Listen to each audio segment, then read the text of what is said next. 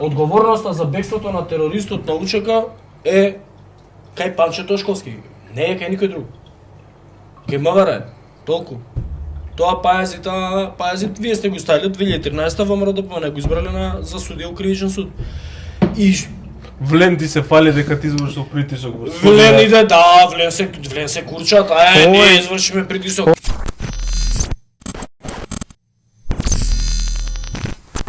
Повторувањето е мајка на знаење. Мара има гениален коментар. Чекај. Судијата Пајазит за кој што тврди ВМРО ДПМН на пресконференција дека бил на ДУИ, на СДС, на не знам кој, е избран за судија на 2.1.2013. Значи на 2 јануари 2013. Пајазит е избран за судија. Во судот. Да. Значи за све лажат. Во кривичниот суд. Буквално нема зашто не прават спинови. Значи на секоја тема прават спин. 2013 кој беше власт? ВМРО ДПМН. ВМРО ДПМН. Се пофали Мицика дека он бил дел од владата на ВМРО од 2014. Успешен менаџер дека бил. Значи од кога бил дел од владата на ВМРО, тогаш е избран и Пајазит. И работел, и решавал предмети. Така, значи судијата е на ВМРО. У нивно време е избран. Добро. Пошто таа е логиката на Мицко. Мицко вика судскиот совет избран во време на СДС, советот на јавни обвинители избран во време на СДС, тие обвинители се на и судии на СДС и на ДУИ. Што значи дека судијата Пајазит е негов. Е негов. И што вика Мартин Елиевски, тие за Данела викаат било од СДС, а он, значи, какви лажговци се. Значи, бил избран во време на ВМРО ДПМН за да биде судија во кривичен суд господинот Пајазит. Чи џабе они веслаат и џабе лаат по пресконференции кога ниве не човек. Прво, второ. Кога се определува домашен притвор. Добро. Кој е надлежен после тоа? Одговорен, надлежен за обезбедување на притвореникот во домашен притвор. Е МВР. Не е Пајазити. Туку е МВР. Така е. Значи МВР добива наредба од судот, известување и наредба Каде да го обезбедува притвореникот во домашен притвор. И МВР си има сопствена безбедносна проценка, надвор од безбедносната од проценката зашто му е даден домашен притвор на тој, МВР си има сопствена безбедносна проценка и согласно таа безбедносна проценка они поставуваат сили на терен, колку луѓе ќе го обезбедуваат и на колку време ќе го проверуваат. Дали ќе биде 24 сати безпрестано обезбедуван или ќе биде со проверки на 3 сати, на 2 сати, на сат, на 6 сати, на 12 сати, не е битно. Значи, единствено одговорен.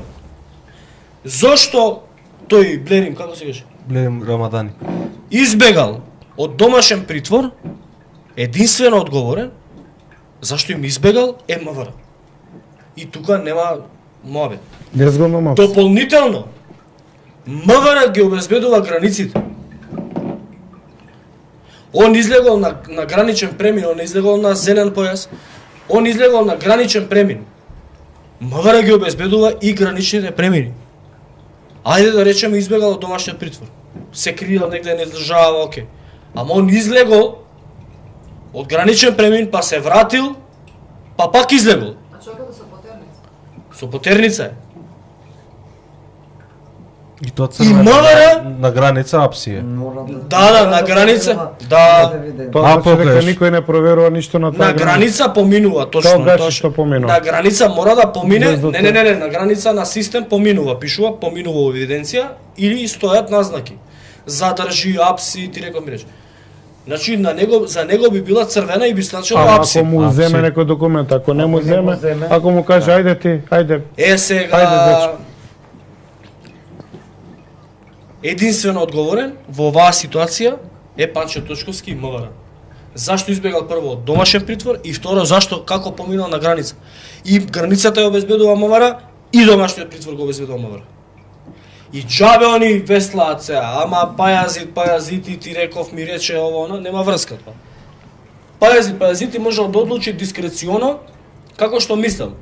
Дали е тоа исправно или не е исправно, во суштина, не во суштина, согласно закон, значи судска одлука не се коментира. Судијата има дискреционо право да одлучи и да ги цени фактите и доказите и врз основа на тие да одлучи. И крај на приказката. Затоа е одвоена судската од извршната или од законодавната власт. Он одлучува дискреционо на основа на закон, он има дискреционо право. Колку е тоа добро, лошо е предмет на дискусија, окей, ќе дискутираме. Ама он ја задржал работата, одлучил внатрешен домашен притвор, крај. Тоа не се коментира. Понатака, сите други органи на државата имаат обврска таа одлука на судот да ја спроведат. Обврската е да го чуваат во домашен притвор. Ама има еден друг проблем. Странски државјанин отишол од домашен притвор. Не, изет меѓути. Може. Изет меѓути и Таравари дента кога беше пуштен се пофалија дека е пуштен. Се пофалија дека го ослободиле. Дека го ослободиле, да. Значи дека ако некој правил притисок врз судската власт, тоа биле влен и притисокот одел во насока да се пушти во домашен притвор и после да се пушти да избега. Имаше еден од гледачите пиша, сега се ме добро објаснија, да, сега се ме објаснија постапката како е уствари пропуштени на граница. Така да ова е намерно направено за да Мицкоски има алиби пред Србија, зашто не испорачал осуденик за воени злосторства во Србија и да има како да кажем мир во куќа со влен, да има со овој ше као планина голем. Да. Како неколку планини како беше. Дека ги го пуштиле. Тоа е целата приказна. И во суштина нашата држава е заложник на тоги интереси. 30 години е тоа така. Сега повеќе од било кога. Сега продолжува и денеска. Другари, да завршиме еден саф. Ве пратам на почетокот на тешки мовите, не сум донирала, ама ниеден мој коментар не се елаборирал, чудно на вистиното, еве Филип има историја, нека види зошто ме отфрлате ако се борите за Македонија. Не те отфрламе зашто. Кое тоа? Не бе брат, многу коментари. Не сме виделе многу коментари има.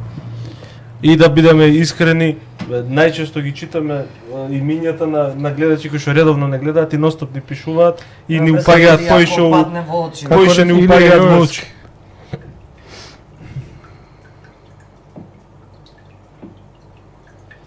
Шифра БМВ, дали се во роднинска врска судиката Кацарска, српскиот четник војвода или Кацарскиот? Не знам, казнам. Значи, одговорноста за бегството на терористот на УЧК е кај Панче Тошковски, не е кај никој друг. Кај МВР, толку. Тоа пајазит, вие сте го ставили 2013 во МРДП, не го избрале за судија у кривичен суд. И Влен ти се фали дека ти извршил притисок во судија. Влен иде, да, Влен се курчат, ние извршиме притисок. Ние го ослободивме. Овој Илија у 99% од коментарите на вредува. Уназад. Па добро, заради тоа. И да му кажам дека подобро што не сме му одговарале на ниеден коментар. 150-60 ништо посебно нема кажано. 150 лајкови имаме, ни требаат за 1000 лајка да имаме на прва емисија. Стајте лайк, не се гледа. Никој не може на YouTube да види што сте лайк. Не може ту партија да ве откријат. Да. Се извинувам на гледачите на Facebook што не ги следиме коментарите ними, денес ги заборив сами текна. Да, Илија Аврамовски вели тачно на интересите на УЧК, на НАТО, на некој друг. Значи не е битно на кој.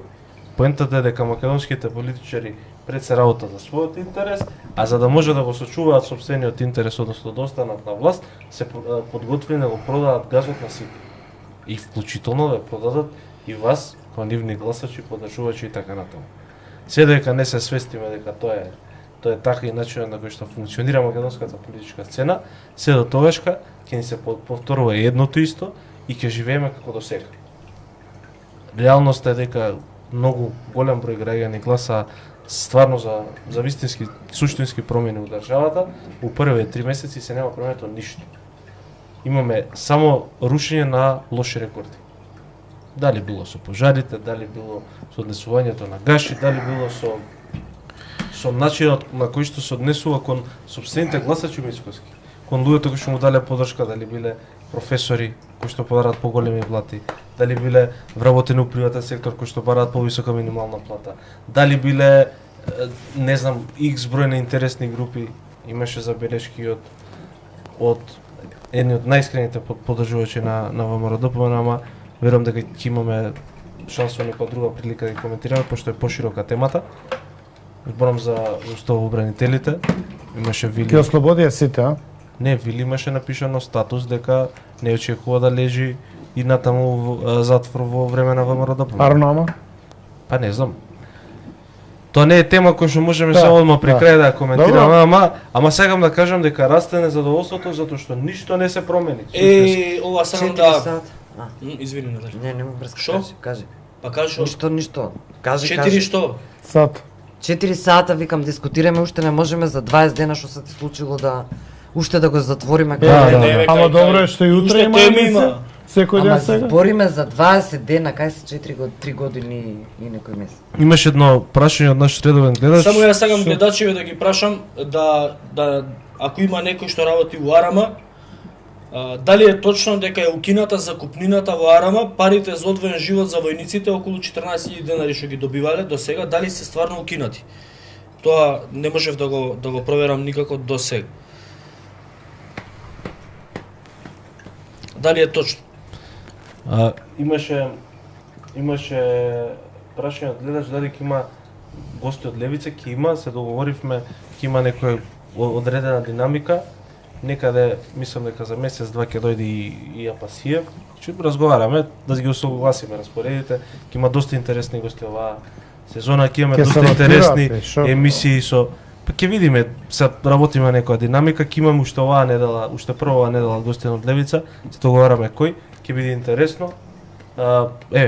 Покана и до другите политички партии да испраќаат своји представници тука во емисијава, пред се мислам на ВМРО-ДПМН кој што очигледно се смртно гарнитура. Не, ВМРО-ДПМН се очигледно смртно исплашени од тоа да се осмелат да дојдат во оваа студија. Они не канат на пресконференции, па ќе да се осмелат нека дојдат, нека се соочат со вистината, односно да ги размениме фактите. Нека не се плашат, значи нека пуштат, ако немаат што да кријат, они се транспарентни, не знам, од народот, народни луѓе, народни политичари, трт-прт-дрнјариња.